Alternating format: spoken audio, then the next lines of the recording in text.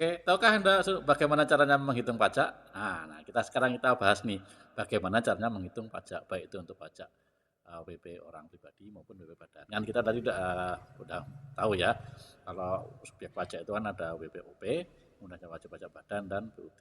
Kalau WP BUT itu disamakan dengan badan. Nah, sekarang kita mencoba bagaimana caranya menghitung pajaknya. Jadi menghitung pajaknya, dasar pengenaan pajak itu apa itu aja? Dasar pengenaan pajak adalah penghasilan dikurangi pengurangan atau pengeluaran dalam 1 tahun. Jadi penghasilan 1 tahun dikurangi pengeluaran 1 tahun. Dan bisa juga pakai norma. Ya, jadi tergantung mana yang mau dipakai. Bisa pakai norma, bisa pakai penghasilan dalam 1 tahun. Jadi penghasilan setelah dikurangi pengeluaran-pengeluaran. Kemudian berapa tarifnya? Nah, kan ada pertanyaan tarifnya apa aja sih? Tarifnya kalau untuk orang pribadi itu tarifnya progresif. Tapi jangan lupa ya tarif kalau untuk perorangan itu setelah dikurangi pengeluaran. Jadi pengeluarannya termasuk PTKP. Jadi PTKP-nya untuk orang pribadi itu kalau diri sendiri itu 54 juta. Kemudian kalau status menikah itu ada tambahan 4,5 juta. Kemudian kalau tanggungan anak nah itu 4,5 juta lagi. Jadi kalau misalkan TK0 ya cuma 54 juta, tapi kalau K1 berarti kan 54 juta tambah 4,5 juta tambah 4,5 juta, jadi 54 tambah 9 juta, jadi 63 juta PTKP-nya. Kemudian tarifnya berapa?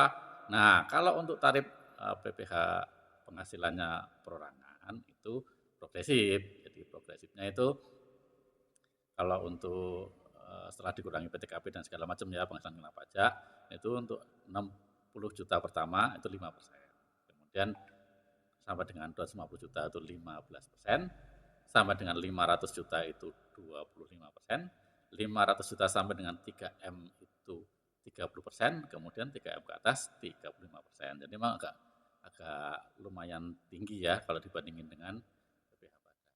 Lalu bagaimana dengan PPh badan? Kalau PPh badan itu tarifnya 22% kali tadi penghasilan kena pajak. Jadi penghasilan yang sudah dikurangi dengan pengeluaran-pengeluaran yang diperkenankan.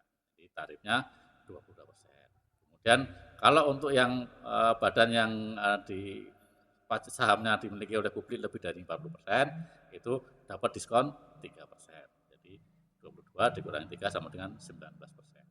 Kemudian untuk pengusaha yang omsetnya kurang dari 50 miliar, jadi pasal 31E itu dapat diskon 50% atau 11%. Jadi 11% untuk bagian pajak sampai dengan 4,8. Jadi sama 4,8-nya ada dibagi dulu nanti ya. Jadi jangan salah.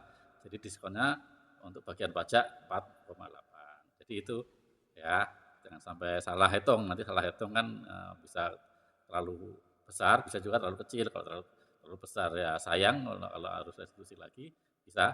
Tapi kalau terlalu kecil nanti kalau terkena periksa juga nanti bakal kena denda, ya, denda bunga.